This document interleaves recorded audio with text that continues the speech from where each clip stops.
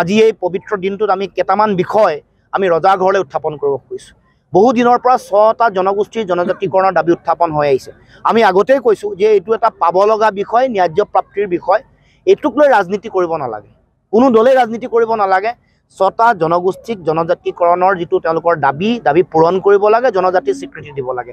আৰু যিসমূহ জনজাতি আছে তেওঁলোকেও যাতে ভয়ত থাকিব নালাগে, তেওঁলোকৰ সংৰক্ষণ যাতে সুৰক্ষিত হৈ থাকে, সংৰক্ষণৰ নীতি সলনি কৰি হ'লেও যাতে 6টা জনগোষ্ঠীক জনজাতিকৰণ দিয়ে তাৰ কাৰণে দাবী উত্থাপন কৰিছোঁ।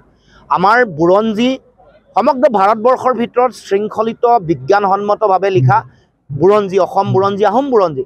গতিকে আহোম বুৰঞ্জী যাতে ৰাষ্ট্ৰীয় পাঠ্যক্ৰমত অন্তৰ্ভুক্ত হয়, CBSE হওক, ICSE হওক, তেওঁলোকে যাতে আমাৰ বুৰঞ্জী পঢ়ে। চুকাফা কোন?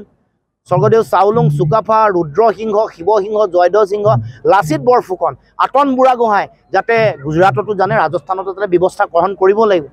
কাৰণ আমি মানে সমগ্ৰ দেশ শাসন কৰি থকা মোগলক প্ৰতিৰোধ কৰি ভাৰতীয় মানুহৰ স্বাভিমান আৰু মৰ্যাদা ৰখা জাতিসত্তাটোৱে হ'ল অসমীয়া জাতিসত্তা, আহোম ৰাজশাসন ব্যৱস্থা। গতিকে এই বুৰঞ্জী সকলোৱে জানিব লাগিব যে ৰুদ্ৰসিংহইও দিল্লী আক্ৰমণ কৰিবলৈ ওলাইছিল, মোগলৰ বিৰুদ্ধে যুদ্ধ কৰিবলৈ যাওঁতে গুৱাহাটীত নৰিয়া হোৱাৰ কাৰণেহে ৰ'ল। তেওঁ যুদ্ধলৈ যাওঁতে যে বিভিন্ন ভাৰতবৰ্ষৰ হিন্দু শাসকসকলে তেওঁলোক সমৰ্থন ব্যক্ত কৰি পত্ৰ দিছিল, সেইবোৰ যে আজিও লিপিবদ্ধ হৈ আছে তথ্য পাতি, এইবোৰো ভাৰতৰ মানুহে গম পাব লাগিব। আৰু যিমান কীৰ্তিচিহ্ন আছে সুৰক্ষিত হ'ব লাগে, যিমান মৈদাম আছে সুৰক্ষিত হ'ব লাগে। আৰু সমগ্ৰ আহোম ৰাজশাসনৰ সময়ত থকা যিমান কীৰ্তিস্তম্ভ, দল, দেৱালয়, মৈদাম সকলো যাতে এটা নিখুঁত পৰিকল্পনাৰে যাতে পৃথিৱীৰ মানুহৰ মাজলৈ আগবঢ়াই লৈ যাব পাৰি তাৰ কাৰণে চিন্তা কৰিব লাগে।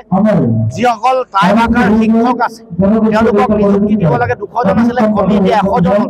টাই ভাষা এতিয়া পৃথিৱীৰ অন্যতম পুৰণি ভাষা হিচাপে স্বীকৃত।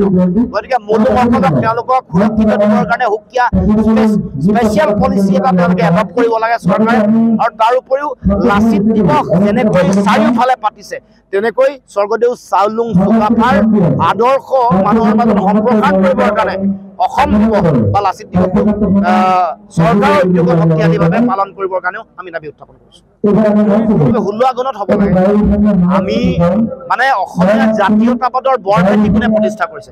স্বৰ্গদেউ চাওলুং চুকাফাই। গতিকে 16 আগনত হ'ব লাগে আমাৰ অসম দিৱস, চুকাফা দিৱস।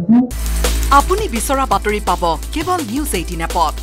নিউজ 18 এপ ডাউনলোড কৰিবলৈ স্কেন কৰক এই QR কোড। গুগল প্লে ষ্টৰতো পাব এই নিউজ 18 এপ।